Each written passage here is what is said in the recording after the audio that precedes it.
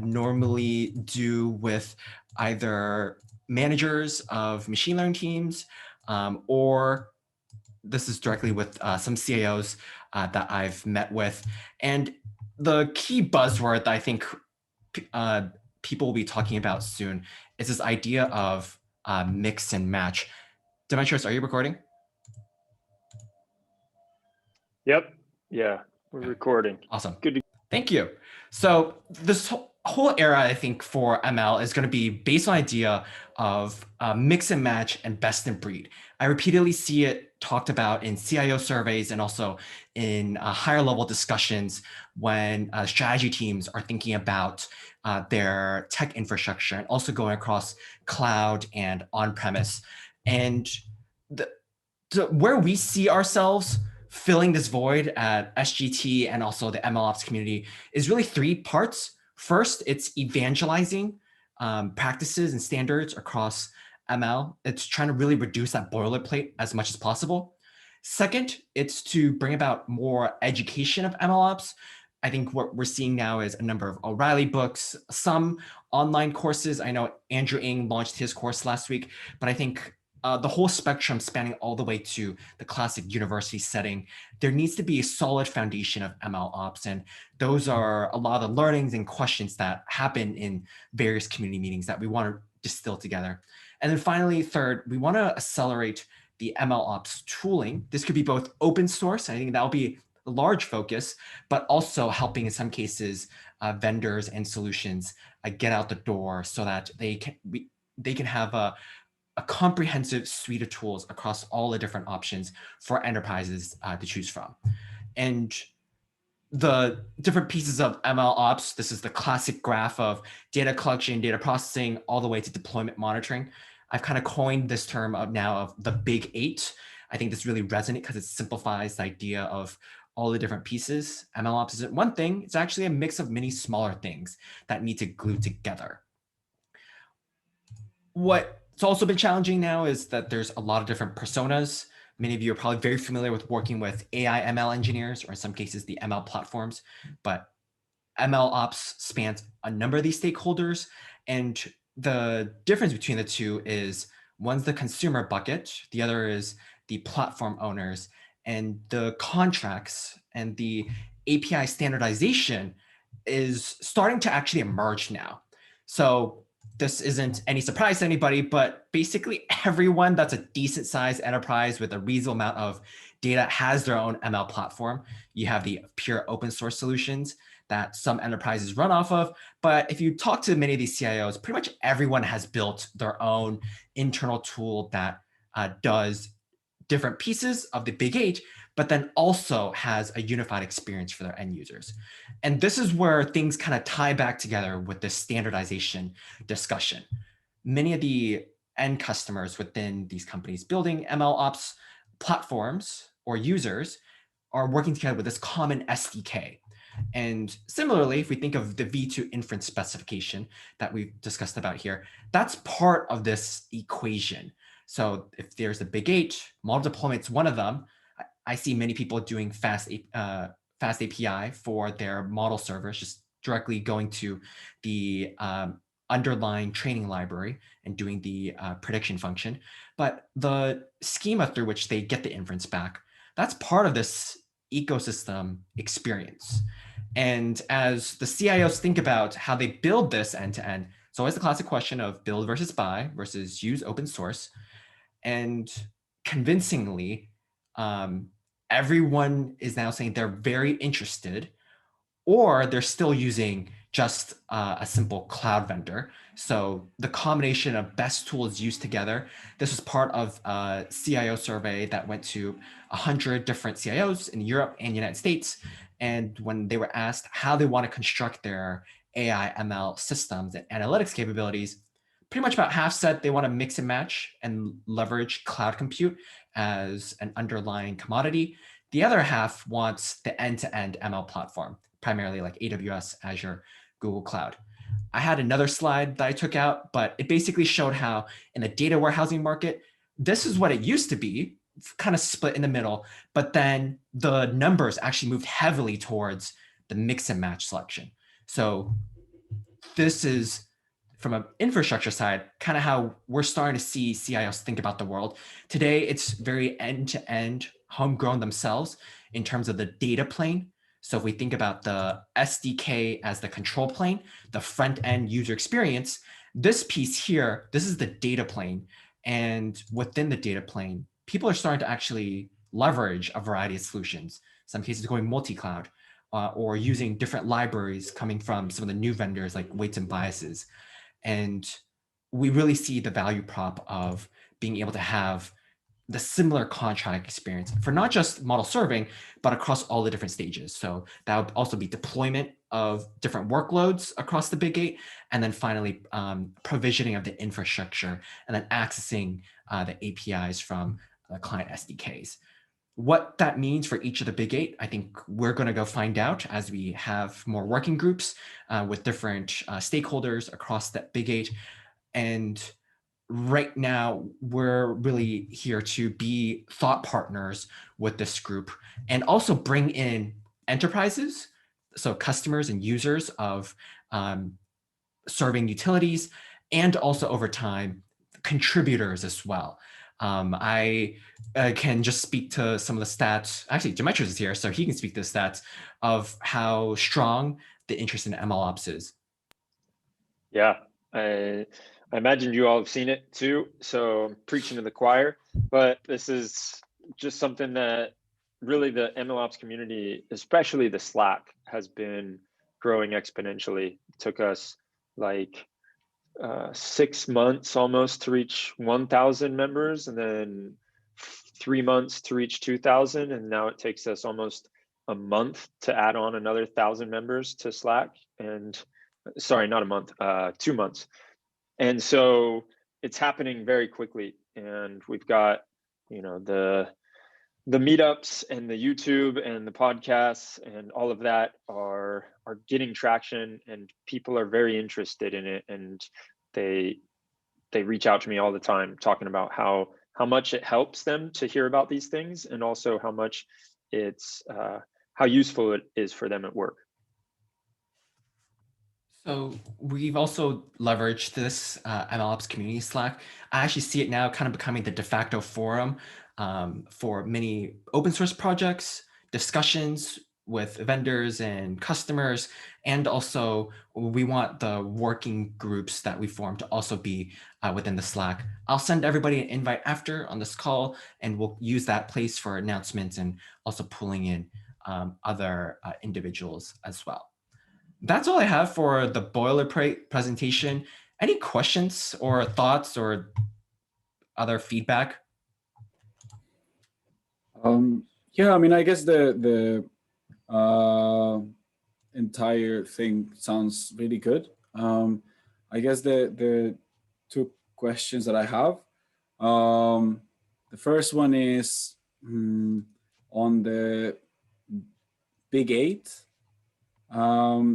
It seems like number 8 is, you know, deployment and monitoring, which is in itself probably much bigger than you know, just one. So I'm just thinking whether it does make sense to just have like one chunk for both deployment and monitoring, given that, yeah, I mean, monitoring in itself, as we are seeing in, you know, several of the ongoing work streams in other working groups, yeah, it basically is proven to be as big as, you know, let's say feature stores, and even the sub areas of monitoring, you know, whether it's outliers or more observability versus application level. But yeah, I mean, is there kind of like any specific reason why, you know, deployment and monitoring is just like one single one? Mm-hmm. I think it's an emerging trend of the monitoring. You're right. There's the new tools. So I think Selden Alibi for explainability. SageMaker has been investing in this. Fiddler as well. Kind of Arise AI. This is what I would consider a two-way door decision. It's really easy to expand and add another one. You know, if we want to have different type of working groups within this, it's always easier to expand. But for sake of simplicity, I'd rather never go backwards. For optimization and training, those are distinctly two different things in my mind. I think that's probably the closest to this, where in theory, those could be jumbled together.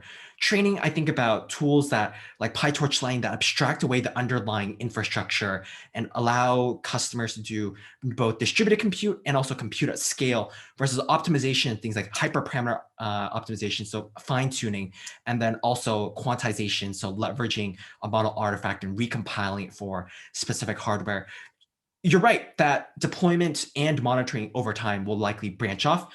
At least for now, I think they are tied to the hip together. You see a lot of tools very closely joined together. Even Fiddler's marketing, they're latching really hard onto SageMaker. These are things that can be reevaluated as more interest emerges. It's enough that we already have 8. Let's not continue to overload CIOs and scare them with another 12.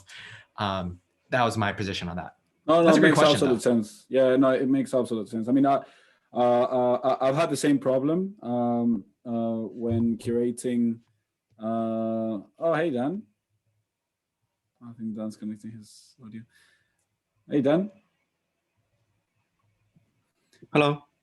Hey, but yeah, no, I've had the same problem. So curating the one of those awesome lists of ML operations, like people are just like, oh, let's add this section. But yeah, I think that principle is absolutely correct.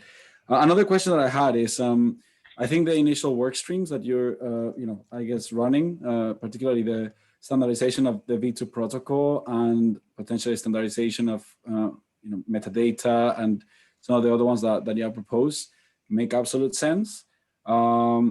But this is the first time that I hear kind of like this broader kind of initiative of the social good technologies of like providing this many of the best set of tools.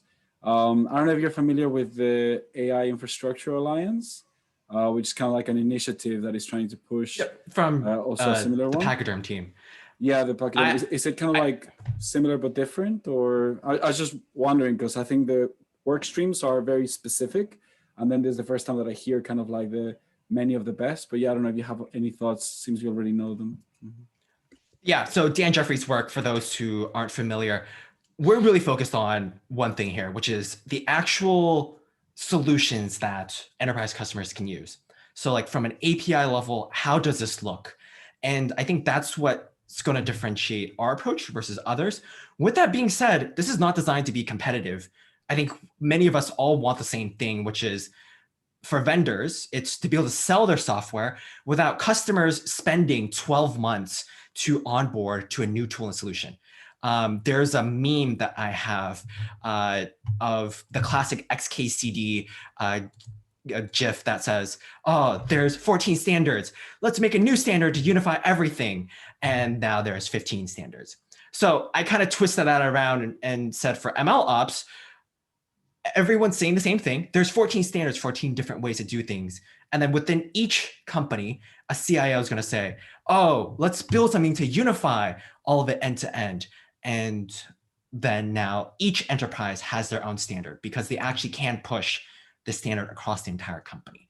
So other initiatives are trying to do it. I think over time, these will all converge. I want to be focused on helping a group that has already shown interest in things like model serving, and there's probably a few others, metadata.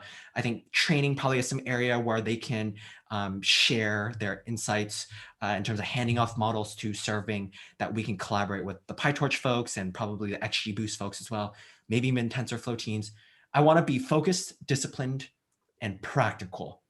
I'm not shooting for everything all at once. It's really going step by step, and it's really helping accelerate people who are already interested and growing that momentum. Okay, makes sense. No, thank you. So to transition to the next part of this discussion, I wanted to maybe get recaps from the respective leads for each group, what they've already built around the V2 Inference API, just to catch everyone up of what's the latest. I know, David, you've been working on extensibility options, and then Isaac, you've been doing some work around SageMaker, and then Clive, or Clive's team, Alejandro and Alex, you guys have done, or Adrian, you guys have done other things as well.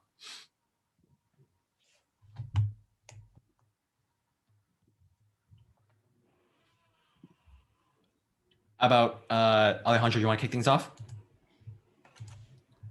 Yeah, sure.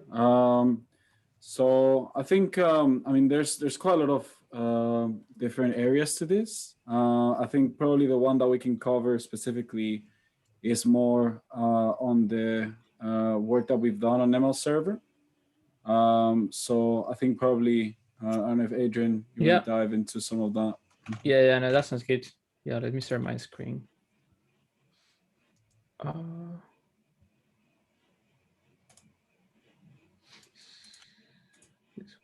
Right, can you see my screen? Yep. Yeah, so I think, yeah, I mean, the work that we've been doing at Seldon regarding the V2 inference protocol, I think it goes alongside 3 main axes. So the first one is ML Server. So ML Server is an inference server which has been built with the V2 inference protocol in mind. It basically came to life because well, both Seldon and Cave Serving wanted to onboard the V2 inference protocol, and we had Triton covering most of the cases, but there were other cases which only work with Python. So so right now the ML Server is used as a runtime for run scikit-learn models and XGBoost models in both Cave Serving and Seldon core. And we are working into extending that. So I probably won't go into too many details of the roadmap, but we're looking into adding support for more frameworks and also to improve the stability of ML Server itself. I think this is the first axis.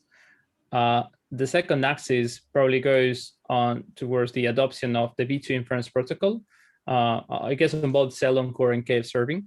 So we have introduced a while ago support for the V2 inference protocol. Here we are calling it like the Cave Serving protocol, which may be a bit confusing. It would actually be good to spend some time towards the end of the session talking about this naming bit. But yeah, leaving that aside. So you can now choose to use the V2 protocol, and is now enabled out of the box on a few pre-packaged servers. So that is, well, Triton, which was already there, and scikit-learn and XGBoost server, which is brought in by ML Server. And I think the third axis is something that we have started to explore recently. It is around building an SDK that, well, one of its goals is to ease the interaction of data scientists with models, both at deployment time and also at inference time, I guess.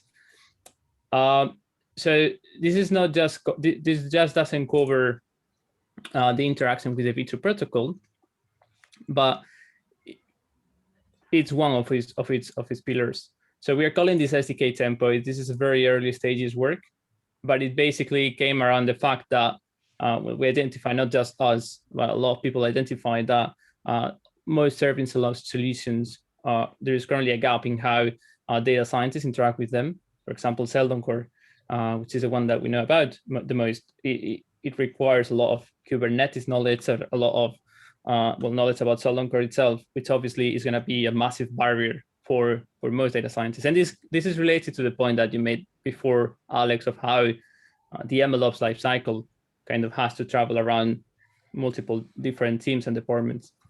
And this is our exploration of how we can make that traveling across different departments easier, starting from the data science point of view, so that the data science can specify their workload and doesn't need to care about everything that is running under the hood. This sounds like definitely a great idea to discuss towards the end, where we think about expanding the V2 inference. Is there anything else, either in Seldon core or some of the other Seldon open source offerings tied around the V2 spec you want to highlight? I guess besides this, but this is also something that it's probably worth talking about it towards the end. We are also exploring now the idea of how to standardize and extend the metadata that you can provide towards a model. And this is probably something that affects not just the protocol at serving time, but it would also affect the rest of the information that travels alongside the model through the entire MLOps lifecycle. For example, yeah, I'd love to double click on that. I know I left some comments on the repo before that you and I, Clive, chatted. Yeah, but yeah, conscious of time, I think we can probably leave it here. Don't need to go into too many of the internals. But yeah, happy to go into more detail if anyone's interested. Thanks. Isaac, I know you and I have been working on a few things together as well that was pretty interesting. Do you want to share what we've been hacking on? Sure. I unfortunately have not had a ton of time to work on it, but we've been working on a blog post essentially showing how you can take the V2 standard and apply it as a SageMaker endpoint.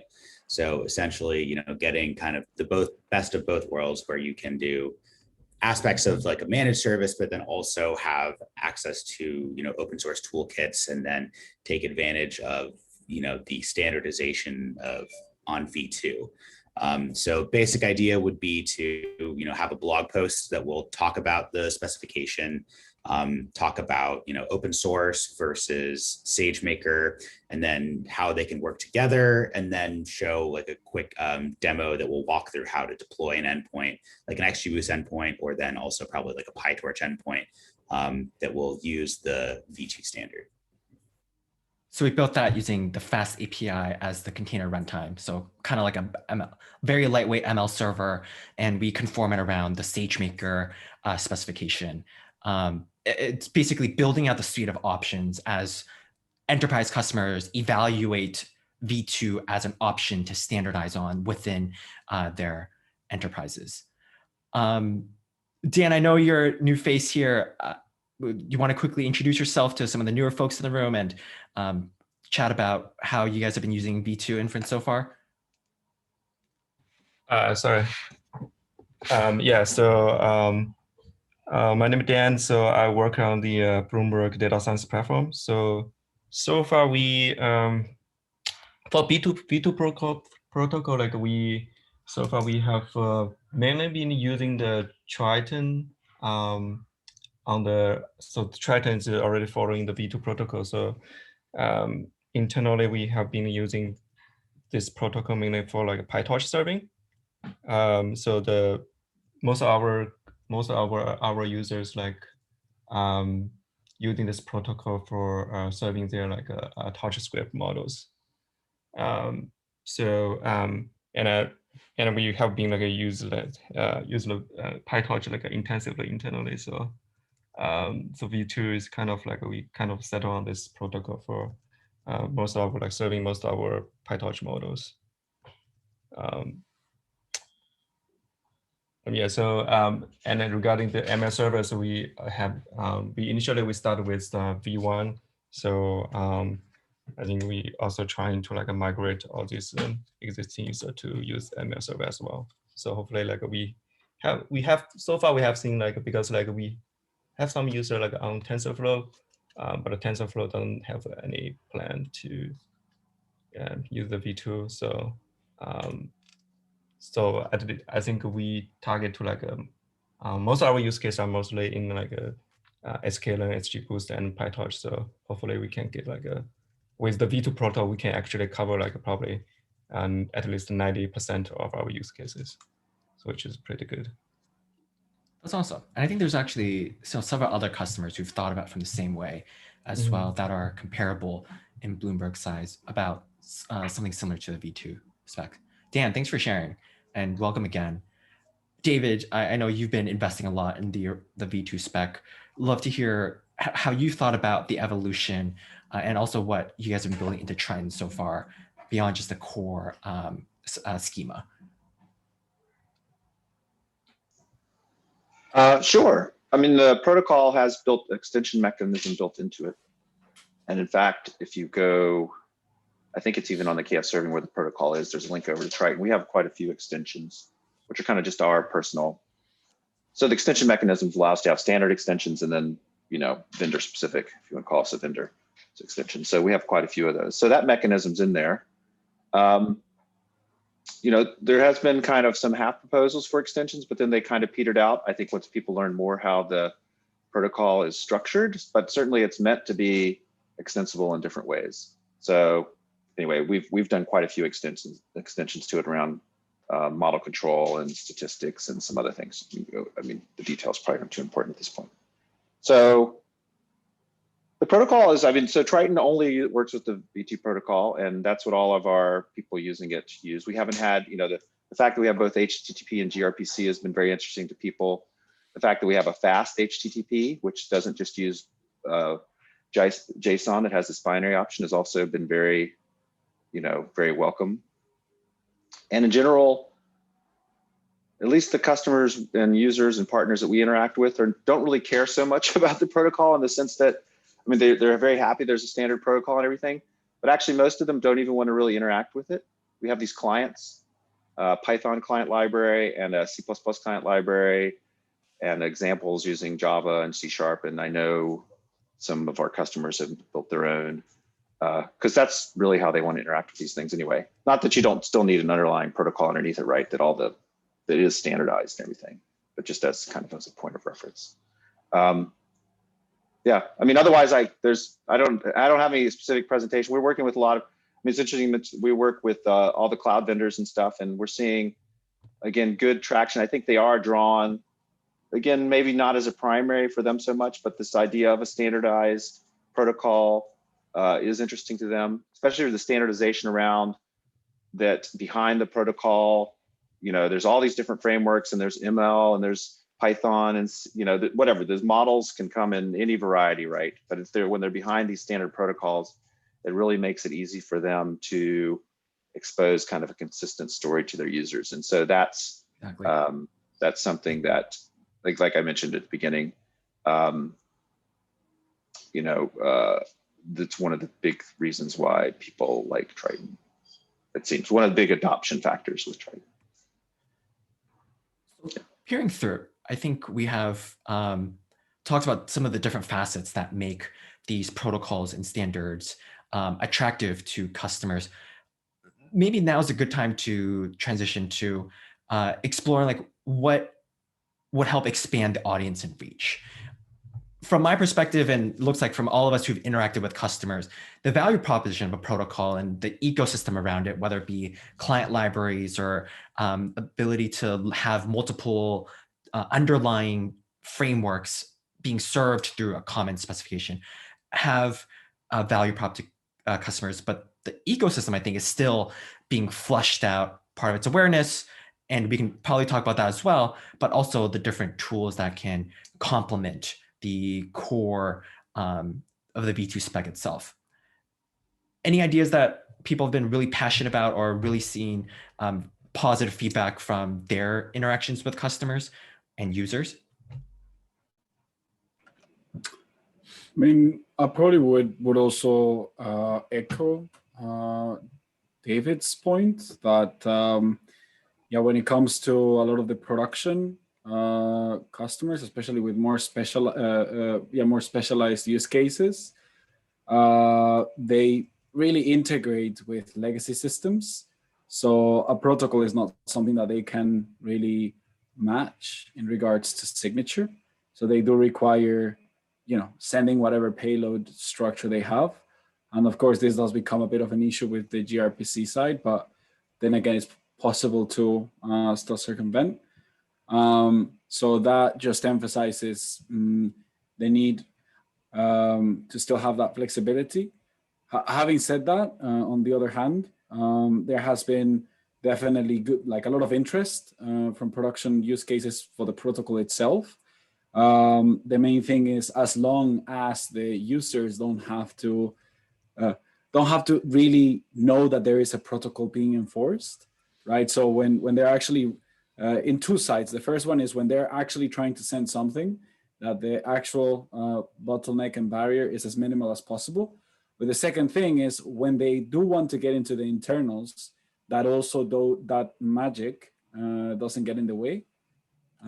So that's basically what we've seen. Like David mentioned, we've also seen a lot of users either using their own clients or just using like Python requests library to interact with the API directly and stuff like that. Yeah, that's some of the things that we've seen.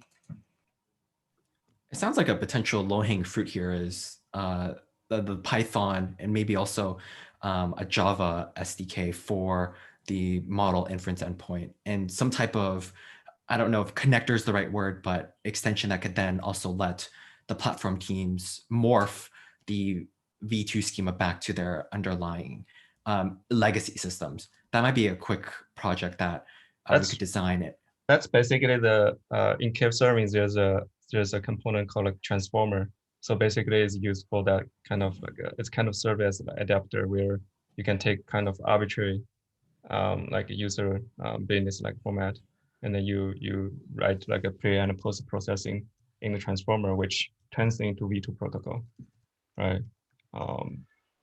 So we basically a lot of because like for the reason like Adrian mentioned, like so usually all these like production like request format cannot be easily changed, so they need basically an adapter where like you can transform those. They can write a like little pre and post processing code to transform those requests to a V2 protocol.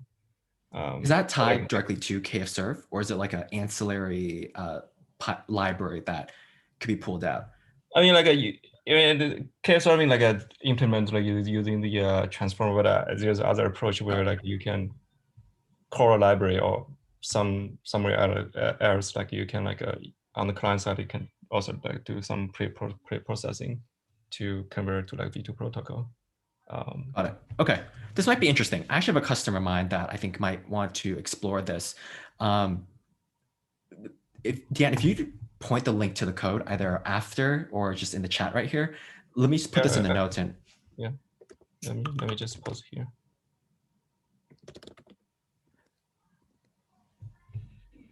Is this an area that actually targets any customer that you guys are going for that have the multiple legacy solution and also interest in standardization, either Alejandro or David? Yeah, maybe before diving into that, just to add to Dan's point, we'd also be really keen to get some thoughts on some of the current efforts that we're doing with Tempo itself, as one of the main purposes is really to try to provide kind of like that simple client, so interact with the model. So it would be interesting to see that as part of this, I guess, effort to assess what are those lower hanging fruit to even have a standard client that can actually consume from the specific V2 protocol clients. Yeah, I think that would be really great. So I just also shared a link.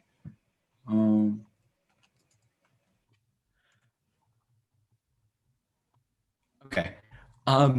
Within the, so let's go to the first one around the Python SDK and the transformer. This is interesting. So it looks like you can convert it through. I think I'd be curious about is if their story and narrative can be explained here for companies that have their internal specification and want to leverage something that's been fleshed out by the multiple vendors that we have on this call here. My hunch is there definitely could be ML architects that could see the value of this if we made the code accessible, and also the narrative, the presentation, or like a blog could be done around this and presented in a clear manner. Rather than having the multiple specifications, I think most companies would rather leverage what's already done in open source.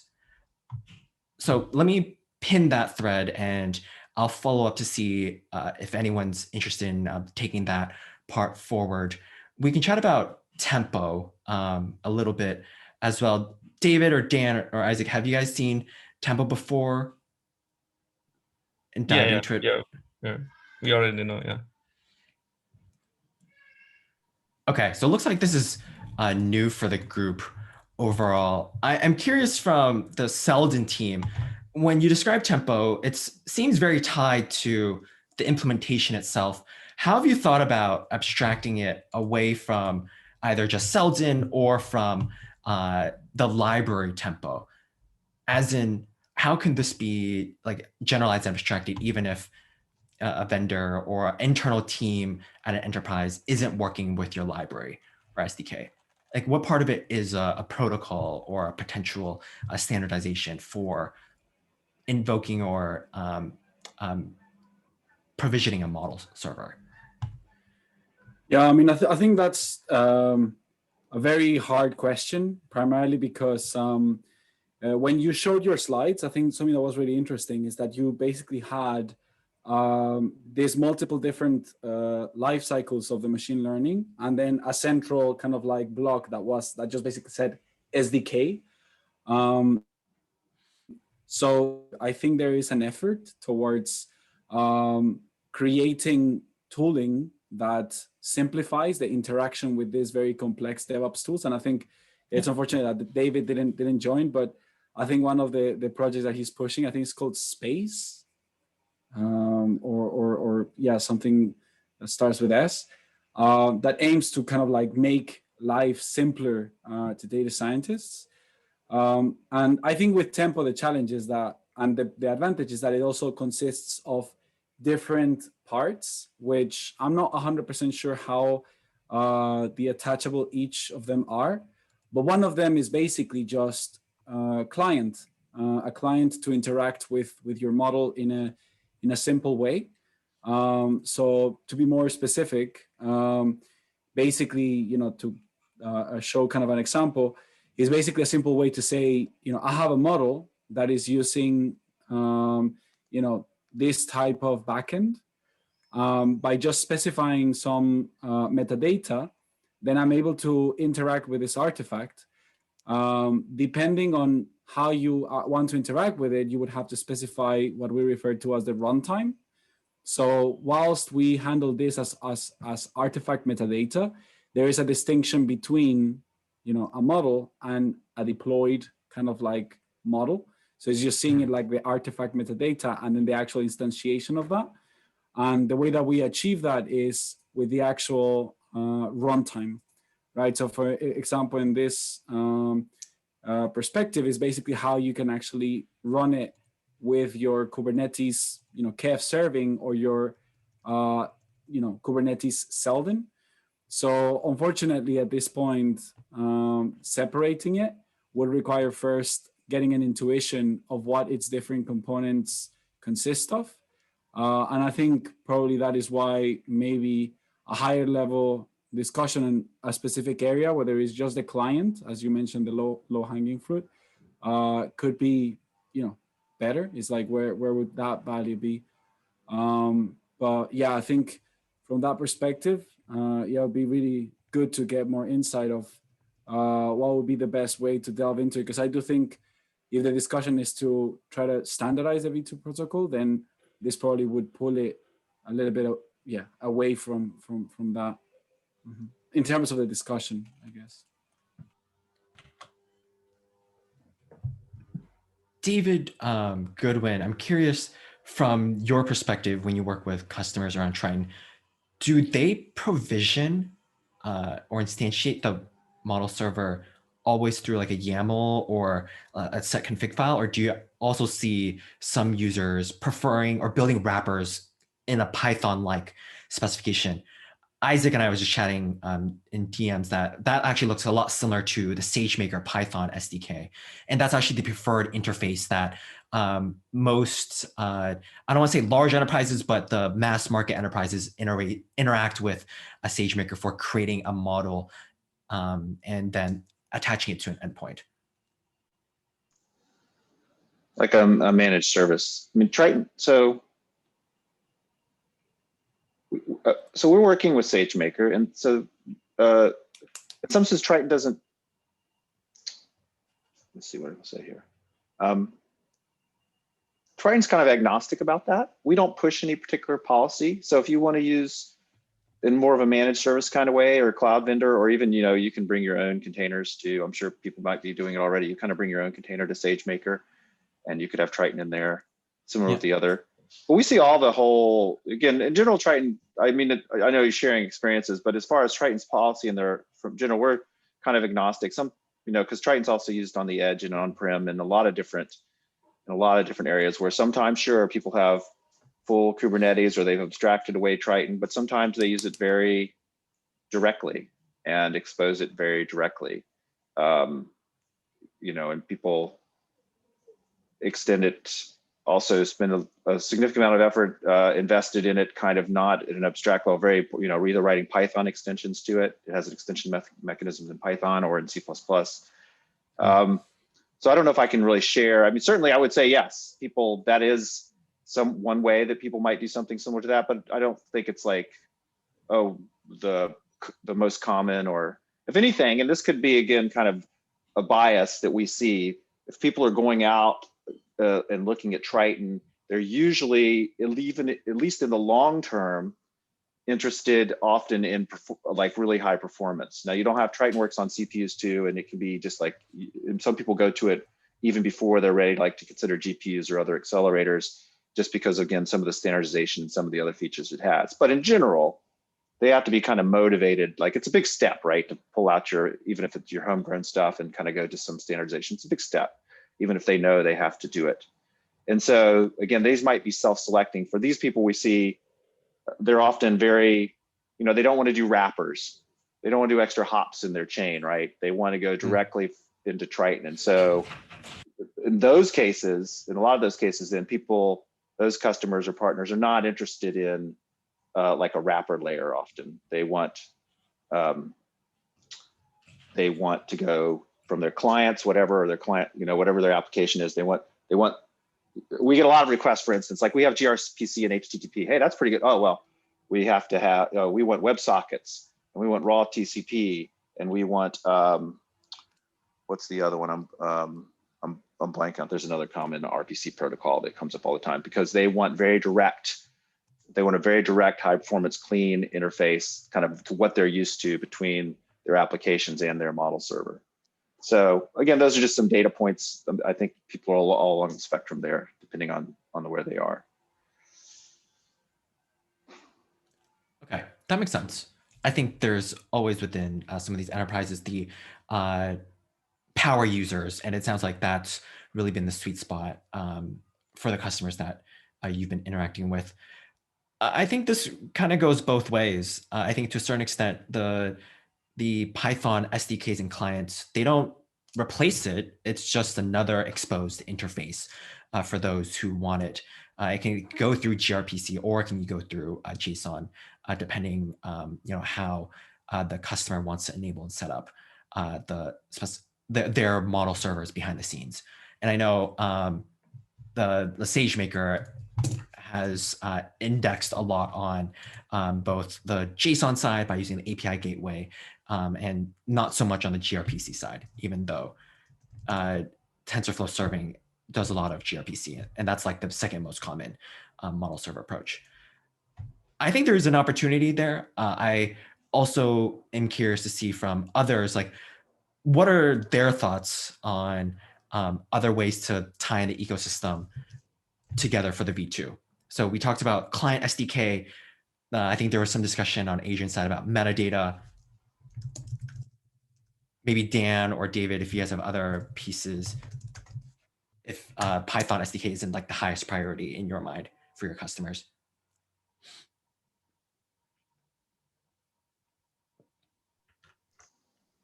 Yeah, I wouldn't say, again, if you said in general, I think I'm following in general, the customers in that vein, they would say, oh, I want a lot more different client languages supported. You guys have a nice bindings to your programmatic bindings to your protocol or to your model server in Python, and you have nice bindings in C++. I want much more languages. I want C# and I want Java, and I want Go, and probably some other ones. That's Rust. what I want. Rust. I want Rust bindings. Oh, I went and look at your protocol docs, and those look really nice and everything. I don't care about your protocol. Where's my programmatic binding? We standardized on Go. I want Go binding so I can easily interact with your inference server. That's what we see a lot of. I'm curious, is there an opportunity then just to make this like a code gen like solution where you build the core schema, maybe the first versions in Python, because I think a number of users are in Python, and this would remove some boilerplate immediately, and then over time additional bindings for the other languages. I think JavaScript might be something there as well for the front end users. Sure. Well, we already have. I mean, you can go download the Triton. Now, Triton's Python client library, of course, supports all of our extensions, but just don't call those APIs. You can use, if your model server is V2 protocol, you can just use our Python client libraries. I mean, maybe you don't like those, whatever, you can always write another one. Ours is, we actually have, even in the realm of Python, ours right now is based upon our Python HTTP client. I forget what it's based upon, but some people said, "Oh, I want to use the Sync.io or something capable. I want a different type of Python client that kind of uses another way of doing, you know, the asynchronicity and the kind of the request response handling." And so I think that's what you're going to find in language. I mean, maybe so for the generator part, that's why we have gRPC. We always go to, so right now, maybe we're lame. We just have a lot of things we're doing. We don't have priorities. If someone comes to us now, in fact, we have an example that says, "I want Go bindings for Triton." Oh, great, we have gRPC, just go generate them, right? Proto-C will generate for dozens of languages. And maybe that's not the best solution, but that's our, I mean, it's certainly a solution right now. So that's, you can get bindings, this V2 protocol bindings for basically every language by using the gRPC generator, which is okay. But I think that a lot of customers want an actual architected protocol that's a little nicer than what or maybe they don't want to use gRPC underneath, maybe they want to use HTTP, so they need, that doesn't work for them because their infrastructure is HTTP. But so, and it's going to depend. Maybe you can make a generator. Different languages, though, I think a lot of at least the protocol allows you to have like async operations and streaming operations and things like that.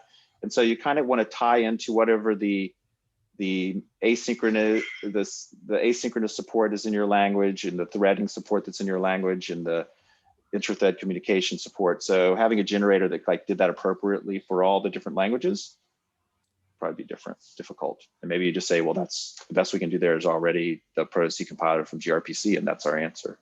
I don't know. Let me flip this the other way. Has anyone tested the Triton client with ML server?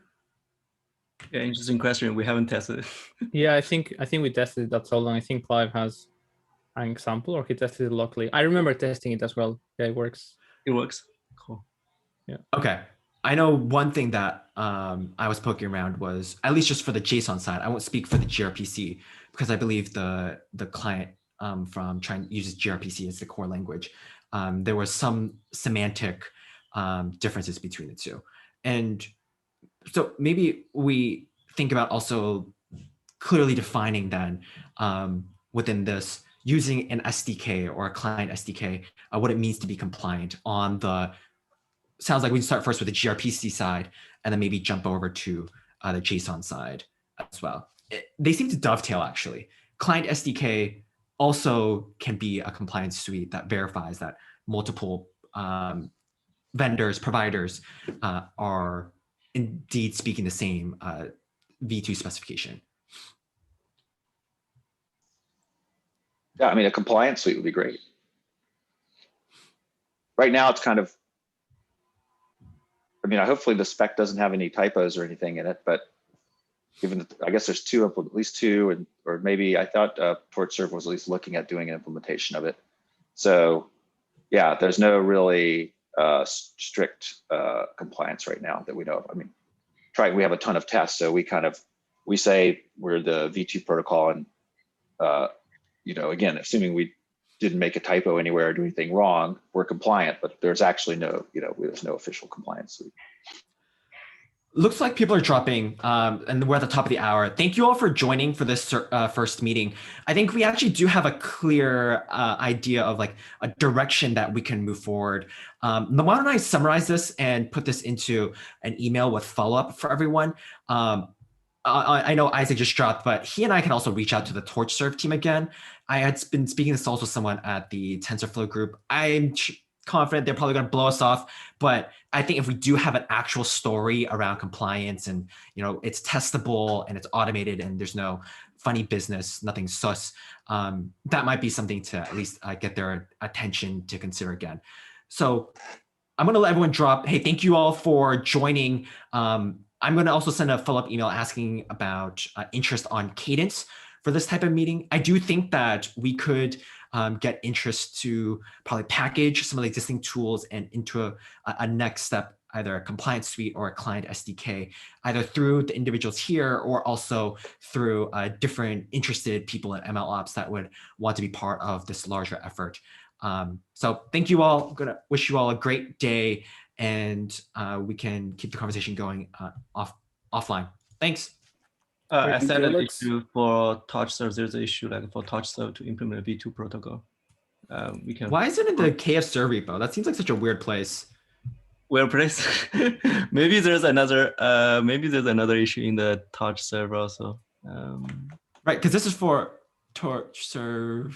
But it's a I- V2 it protocol. literally- right? It's So something that Adrian mentioned was also like, should we separate this out into its own GitHub repo? Because at least for now, and this was the feedback I actually got from others, KFServe is directly tied to KFServe in terms of like the naming and how people think about it. mhm. Where do you think we should put this? I was thinking we just open a new SGT repo. All the different standards that kind of collate together can just be in that repo. I can go ask Circle CI to give us like credits so that so the testing suite's taken care of. And this kind of just gives it neutrality. We don't aim to be tied to an implementation. We do expect implementations to be tied to our protocols and our compliance suite though. That's an idea that we've been floating around. We haven't actually fleshed it out. But Dan, if that's something that you're interested in, I'd love to maybe just keep the conversation going. I know you and I haven't actually chatted live yet. Yeah, sounds like we can have another discussion for this. Like if you can like use a neutral repo. I think that Awesome. would make a lot of sense. But yeah, we can probably keep discussing it. Yeah. Maybe next week. But it makes sense to me. Yeah. Hey, thank you everybody. Really Thank you. appreciate you Yeah. joining. Yeah, thank you. Great. Thank you. Thanks for putting it together.